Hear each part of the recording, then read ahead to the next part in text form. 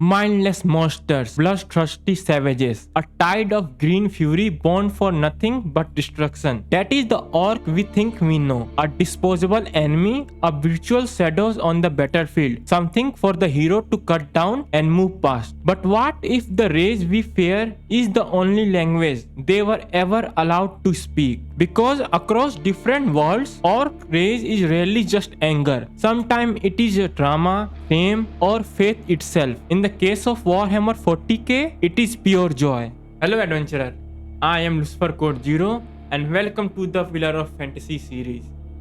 Before we march into the Green Tide, I have a question for you. If you had to survive a fantasy war by joining one orc faction from any universe, who are you rolling with?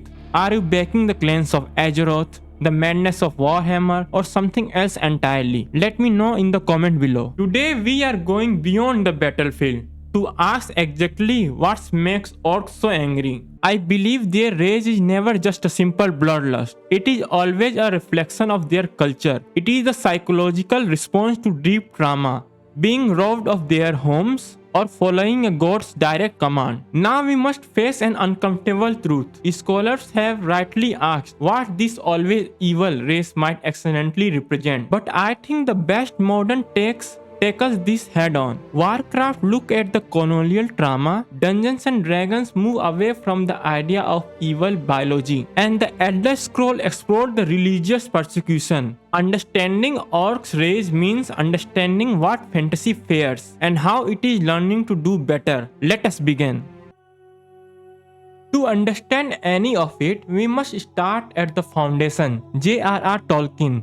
His orcs are the blueprint. They are described as cruel and cowardly. But I have always found their origin story to be absolutely chilling, because their rage is not born from the simple desire for battle. It is a symptom of profound generational trauma. According to the Silmarillion, the first orcs were not born, they were made. They were elves, captured by the first Dark Lord, Morgoth, and subjected to the slow, cruel art of torture until their very nature was warped into the mockery of life. What makes this even darker is that Tolkien himself struggled with the idea. A devout Catholic, he never fully reconciled the existence of a race born seemingly evil with his belief in free will and redemption. In his letters, you can feel his discomfort, as though even he recognized the tragedy at the heart of the orcs. And honestly, their cruelty was never strength.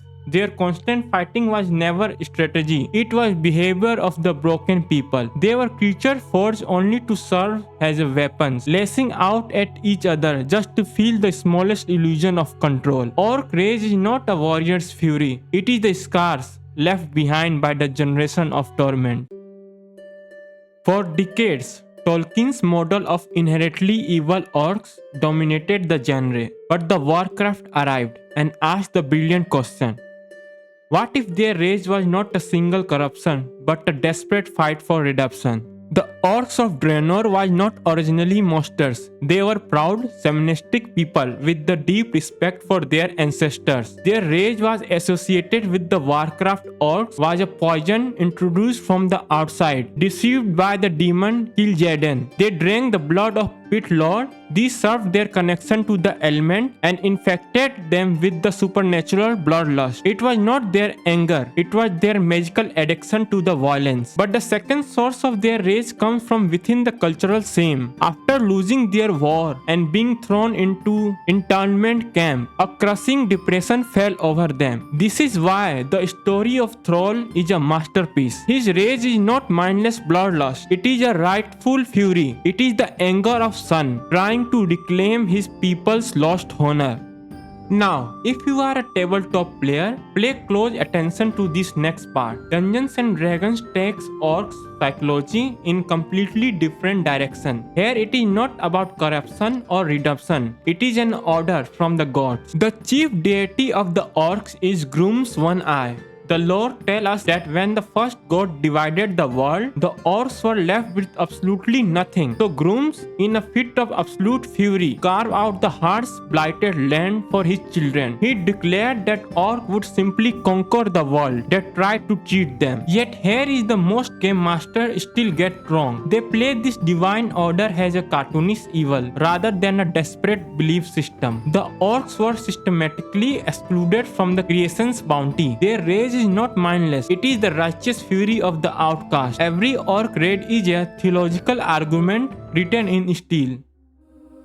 We must also look at the Tamriel, where the Orsimer blend Tolkien's theme of corruption with Warcraft's culture of honor in a fascinating way. They are elves, but not by choice. When their leader Tranemek was devoured and corrupted by the Daedric Prince of Bohemia, his followers were transformed right alongside him. They become the followers of Malakath, the god of outcasts. They become orcs not through slavery or demonic blood, but as the divine punishment for backing the wrong god. Here is what makes them psychologically distinct. Their rage is about legitimacy. They remember being elves. They know exactly what they lost. The code of Malakath, their strict honor system, is not just tradition. It is a desperate attempt to prove they are still worthy of the respect in a world that treats them as a monster. Their strongholds are not just fortresses, they are statements of faith. We were cursed, but we are not defeated. We will earn our place through strength and honor, because no one will grant it freely.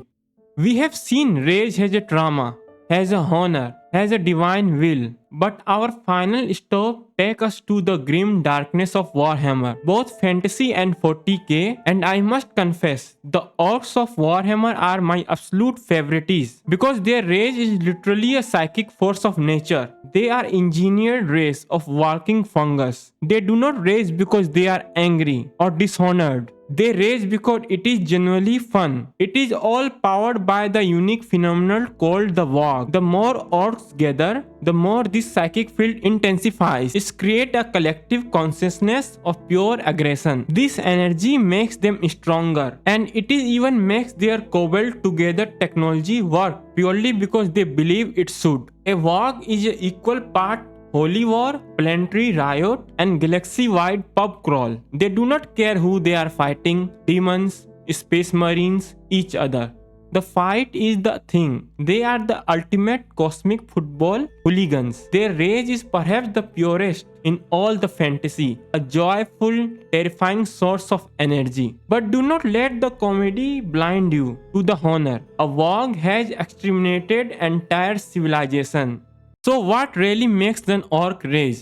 As we have seen today, it is never just one thing. The main takeaway for us as writers, game masters, and a player is this: do not treat the orc as simply sword fodder. The orc holds us a dark mirror to our own nature, and each interpretation reflects a different human fare. Tolkien's orcs show us what slavery does to the soul. A Warcraft show how easily honor turns into shame. Dungeons and Dragons give us religious extremism born from having nothing. The Orsimer reveal what it costs to prove your worth when the world has already condemned you. And Warhammer reveal the seductive simplicity of violence, a pure joy. Perhaps we love orcs because they give voice to the anger we are taught to hide. They represent the rage against injustice, against the world that demand we civilize, even when civilization has completely failed us. As for me, I find myself drawn to Warcraft orcs because their story is the